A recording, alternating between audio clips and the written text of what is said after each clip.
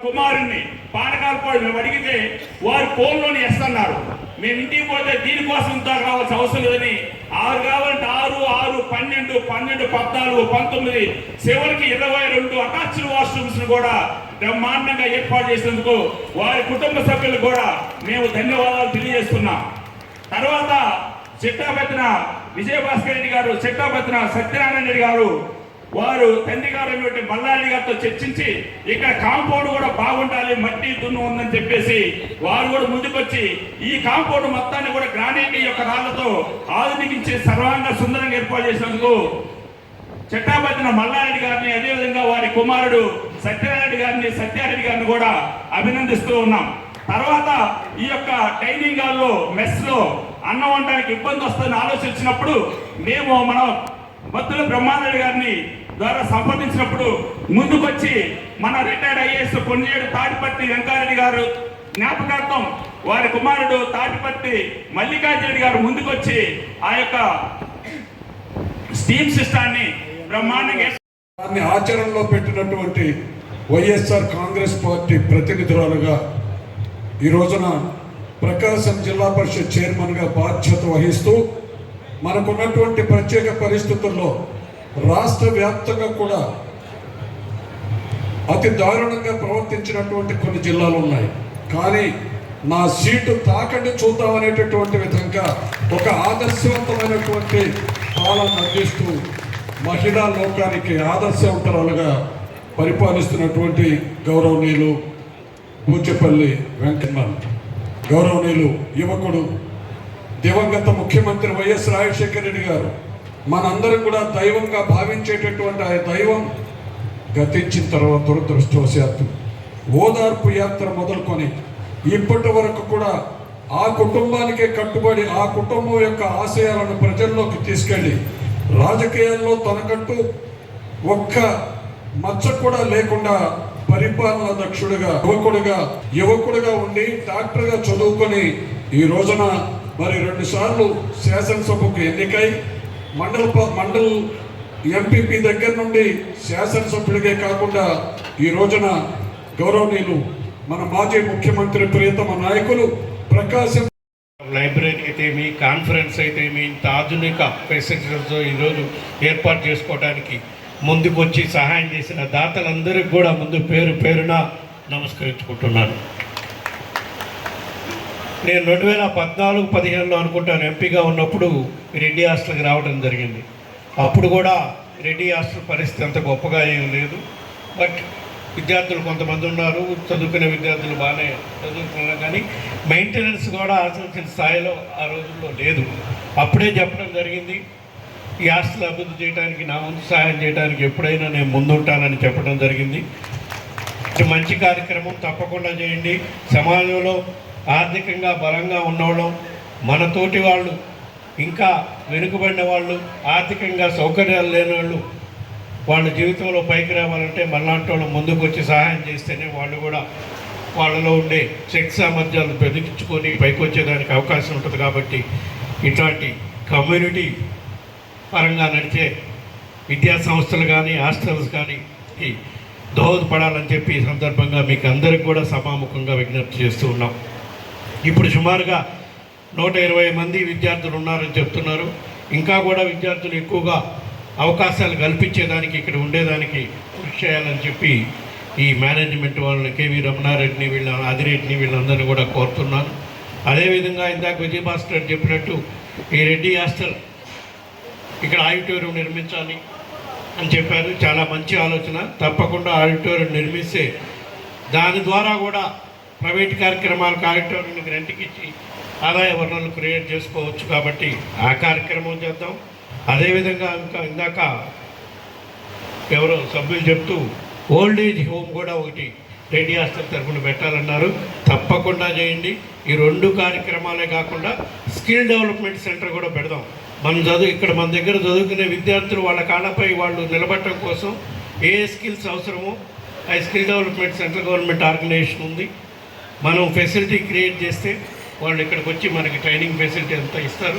Skill development centre, old age home, అదేవిధంగా యాటోరీ కార్యక్రమాలు, ఈ 3 కార్యక్రమాలు తప్పకుండా రాబోయే 1-2 సంవత్సరాల్లో చేద్దాం. దానికి నేనే కాకుండా ఇక్కడ ఉండే దాతలందరూ, కింద నుంచి ఉండే సభ్యుల్లోకి ఉండే దాతలు కూడా ముందుకు వస్తారు. తప్పకుండా సహాయం చేసే కార్యక్రమం జరుగుతుంది. అదేవిధంగా మన హాస్టల్లో ఉండి చదువుకునే విద్యార్థులను బాగా ఎంకరేజ్ చేసే దానికోసం హాస్టల్లో ఉండే టాప్ 2-3 వాళ్ళకి ఉచితంగానే అన్ని ఏర్పాట్లు చేయటం కాకుండా ఏదో ప్రైజ్ మనీ కూడా పెడితే ఇంకా కూడా వాళ్ళు ఉత్సాహంగా చదువుకొని వాళ్ళ జీవితంలో పైకి వచ్చేదానికి బాగుంటుంది. కాబట్టి ఈ కార్యక్రమాలు కూడా చేయాలని చెప్పి మీకు అందరికీ మరొకసారి నిర్ణయించుకుంటూ, తప్పకుండా ఇందాక బూచేపల్లి శివ చెప్పినట్టు నేను బూచేపల్లి శివానో ఇంకో ఎవరు ఇక్కడికి వచ్చి మీ మీద పెత్తనం చేసే అవసరమే మాకు లేదు, మేము రాము కూడా.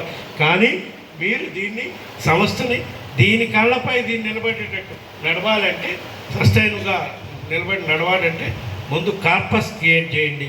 నమస్కారాలు తెలియజేసుకుంటున్నాను.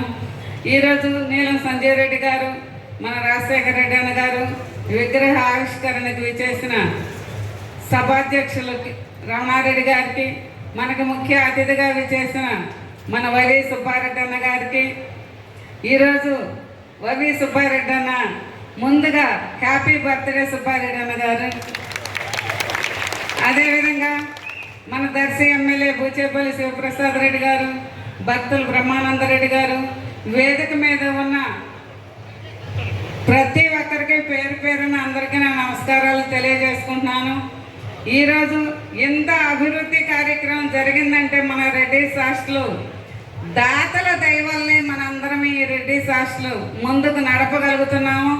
మన రమణారెడ్డి శివప్రసాద్ రెడ్డి రోజు ఎక్కడైనా ఒంగోలులో కనబడితే రెడ్డిస్ హాస్టల్ దగ్గర పోయి చూసేద్దామని శివప్రసాద్ రెడ్డి గారిని తీసుకురావటం, ఏదో ఒకటి దాతల ద్వారా మనం అభివృద్ధి చేసుకోగలిగాం.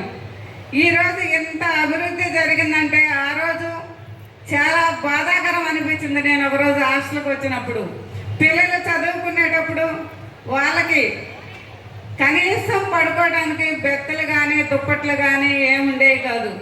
వాళ్ళు నేల మీద పడుకుంటుంటే చూసి మన శివప్రసాద్ రెడ్డి గారు పరుపులు కానీ బెత్తలు కానీ ఆ రోజు మన హాస్టల్కి ఇవ్వటం జరిగింది. అదేవిధంగా మనకి భోజన హాల్ కానివ్వండి, ఏదైనా చేస్తామని చెప్పటం, ఆ రోజు వచ్చి నా చేతనంత వరకు అమ్మగారు కూడా చెప్పి మా చారిటబుల్ ట్రస్ట్ ద్వారా మా నాన్నగారి పేరు మీద ఈ హాస్టల్లో డైనింగ్ హాల్ కానీ పిల్లలకి బెడ్స్ కానీ ఇవన్నీ కూడా ఇచ్చాము. ఇవన్నీ ఎందుకు ఇచ్చానంటే మా చారిటబుల్ ట్రస్ట్ ద్వారా ఎంతోమందికి పేదవాళ్ళకి సహాయం చేస్తున్నాం, కులాలకి మతాలకి పార్టీలకు అతీతంగా సేవ చేస్తున్నాం. కానీ ఈ రెడ్డి హాస్టల్కి మా నాన్నగారి పేరు మీద సేవ చేస్తే బాగుంటుందని చెప్పేసి ఇది నాది నా సొంతది అనుకుని ఇక్కడ దాకా వచ్చాను తప్ప పరాయిది అనుకుంటే నేను వచ్చేవాడిని కాదు. మీరందరూ అడిగారు కాబట్టి, ఈ హాస్టల్ మీద ప్రేమ ఉంది కాబట్టి, ఈ హాస్టల్ మీద చదువుకునే పిల్లలందరూ బంగారు భవిష్యత్తు బాగుండాలని చెప్పేసి ఈ మంచి కార్యక్రమం నేను తలపెట్టాను తప్ప దీంట్లో రాజకీయాలు లేవు, నాకు పేరు వస్తుందని చెప్పి నేను అనుకోలే. మేము ఎన్నో విధాలుగా మా ట్రస్ట్ నుంచి ఎన్నో విధాలుగా సేవ చేసాము. కానీ ఇంత మంచి కార్యక్రమం ఎంతోమందికి సేవ చేస్తూ ఒక రెడ్డి కుటుంబంలో పుట్టి ఒక పేద రెడ్డి చదువుకోవడం కోసం ఉపయోగపడుతుందని చెప్పి నా 4 రూపాయలు కూడా పేదవాళ్ళకి సహాయం చేస్తూ ఈ రెడ్డి హాస్టల్ పిల్లలకు సహాయం చేయడానికి నిజంగా చాలా మంచిగా అనిపించింది. ఈ డెవలప్మెంట్ కార్యక్రమంలో ఈ భాగస్వామ్యం కల్పించిన రమణారెడ్డి కానీ బత్తుల బ్రహ్మానంద రెడ్డి గారు అంతకుముందు కమిటీ వాళ్ళు ఉన్న కూడా చాలా చక్కగా చేశారు.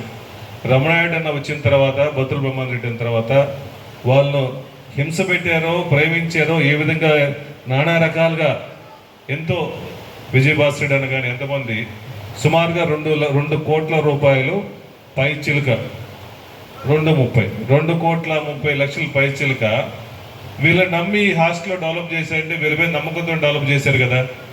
వీళ్ళు ఏ డెవలప్మెంట్ యాక్టివిటీ అయినా మీ సొంత మనుషులు పెట్టుకొని పల్లపూడి వేణుగోపాల్ రెడ్డి గారి కుటుంబం, శ్రీ పల్లపూడి వేణుగోపాల్ రెడ్డి గారి కుటుంబం, ప్రసాద్ రెడ్డి గారు శ్రీ పల్లపూరు వేణుగోపాల్ రెడ్డి గారికి సన్మానం చేస్తూ ఉన్నారు.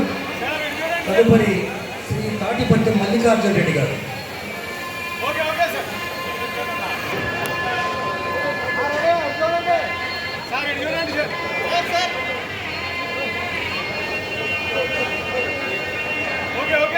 మల్లారెడ్డి గారు. అనంతరం ఈ విజయమోహన్ రెడ్డి గారు.